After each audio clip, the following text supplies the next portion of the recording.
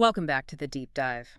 So, if you've been following along, we spent a lot of time on let's call it the collaborative front office of GitLab. Right, the wikis, snippets, all the text-based stuff. Exactly. But today, we are taking you right out of that space and plunging, directly into the engine room. Where the rubber meets the road. It really is. We're talking about that critical automation component that makes GitLab, well, run CI/CD, and specifically the role of Docker in all of this. That's right. This deep dive is all about Module 22, Docker. It's where the abstract concept of code, All the things we've been discussing. exactly, where that meets the harsh reality of execution and deployment.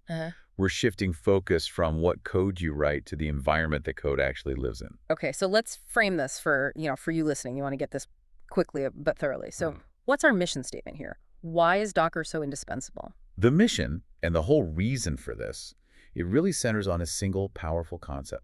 Which is Consistency. consistent. Everything about using Docker in a CI/CD system is designed to eliminate variables, to eliminate surprises. The core value is making absolutely certain that the test environment is identical to the build environment, which is identical to what the developer used. Okay, that makes sense. So let's set up the problem this actually solves, which frankly every single developer has felt. Why do we need to worry so much about the environment? It's because of the curse. It works on my machine curse. Oh yeah, the nemesis of getting anything done. It is. Think about a workflow from, say, 5 years ago. A developer pushes code written in Python 3.9. It relies on a very specific library version. Okay. But the GitLab runner, which is just some server sitting in a rack somewhere, it might be running Python 3.7. Or maybe it's missing a system dependency that wasn't in the requirements.txt file. So the code itself is fine, but it just fails in the pipeline. And not because of a bug, but because the whole context is wrong. Exactly. An environment mismatch. And debugging those kinds of errors is a complete waste of time. So Docker's the solution. It's a very elegant solution because we package the entire world that code needs, the specific OS, the exact language version, the tools, all of it, into this one portable unit, an image. So if I'm writing my gitlab-sci.iml file, the GitLab runner doesn't just run the script on its own operating system. It has to go get this special environment first. That's the critical mechanism. It's called the Docker Executor. When GitLab sees that image, Yep. keyword in your job definition. Right at the top of the job. Yep. It tells the runner, hey, go grab that exact image. Maybe it's Python 3.9 Slim. It then starts a lightweight container from that image and executes your script inside that isolated world. Wow. So the runner itself could be on Ubuntu, but my job is running inside, an Alpine Linux container. Precisely. And that is the magic. It guarantees parity. It guarantees repeatability. And the isolation means every job starts completely fresh. No leftover files from some other job. No pollution. None. The code runs the same way. Every single time. Okay, that makes total sense. That shifts the whole burden of maintenance from the server to the image definition. That's the foundation. And it's pillar number one, really. The Yeah. Docker Executor provides those consistent, isolated environments. It solves the biggest headache. So if the executor solves consistency and execution, the next logical question is about storage, right? We've run our tests, we've built our final app, which is probably a new Docker image. Yep. Where does that thing live? A perfect transition to our second pillar, the GitLab Container Registry. Okay.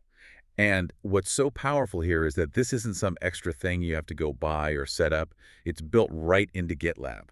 Oh, so it's fully integrated. Yes. Every single project you create automatically gets its own private container registry. It's linked directly to your repository. Which means all the permissions and access controls just carry over. They just work. So the workflow becomes, define the image with the executor, build your new application container, and then you just push it right to your project's registry. What about versioning? How do you keep track? That's a great question. It's all handled with image tags. A really common way to do it is to tag the image with, say, the branch name and the commit SHA. The unique ID for that change. Exactly. So in the registry, you'd see something like myapp.main1a2b3c4d. Instantly traceable. Instantly. And it's right there, ready for the next job, like a deployment to staging or for the final push to production. No complicated external system needed.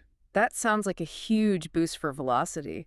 Okay, so let's tackle the one that always seems to trip people up. The real brain teaser. I think I know where you're going. Docker in Docker. DIND. Why on earth would you need a container running inside another container? It just sounds so complex. It does sound a bit paradoxical, but it's a really necessary tool. Hmm. You need DIND when the main point of your CI job isn't just to run code, but to actually build a new Docker image. But wait, why can't a normal container just build an image? If I'm in a Linux container, can't I just install the Docker tools and run Docker build? You can install the Docker client, the command line tool, but that client is useless on its own. It needs to talk to the server, the engine, what we call the Docker daemon. Ah. The daemon is the background service that actually does the heavy lifting, building images, pulling layers, starting containers. Right. And your normal isolated job container doesn't have access to the daemon running on the host machine. So it's like having a steering wheel with no engine connected to it. Perfect analogy. DIND, Docker and Docker, solves this by essentially putting an engine inside your job's container. You use a special base image that has a fully working Docker daemon running within it. That's what lets your Docker build commands actually work. Okay, that clarifies it. It's like container inception, but for a very practical reason. The outer container gives you the consistent environment, and the inner daemon gives you the capability to build. Exactly. And, this does raise an important flag. This is where we start to get into some of the big trade-offs between power and security. We'll circle back to that. Let's do that. But first, let's connect this all back to the human side of things. The source material talks a lot about collaboration. So how does Docker help with something like code review? This is where it all comes together. This is the peak of collaboration, really. It's a feature called review apps. Review apps. Okay, tell me how containers make that possible. Okay, so walk through this with me. A developer pushes the change on a new branch. Yep. The CI pipeline kicks off. It runs the tests inside a container using the Docker Executor. If everything passes, the pipeline then builds a fresh, new container of the application with that new code. And the last step. It deploys that container to a temporary live URL and posts a link to it right in the merge request. Oh, wow. So as the reviewer, I don't have to pull down the code, install dependencies, fight with my local setup? You do absolutely none of that. That whole painful process is gone. The benefit is huge. The reviewer just clicks a View App link. And they're interacting with a live running version of the app. With the exact code changes they're supposed to be reviewing. It takes all the guesswork out of it. You're not looking at static code, you're interacting with the working product. That's a massive win. And I assume Docker guarantees that what I'm seeing as a reviewer is running in the exact same kind of environment that will eventually go to production. 100%. Consistency drives collaboration, which drives velocity. It all connects. Okay, let's pivot now to the deep diver special, the security side. Right. If we're using all this power, especially for something like DIND, what is the critical risk? What's the trade-off we need to know about?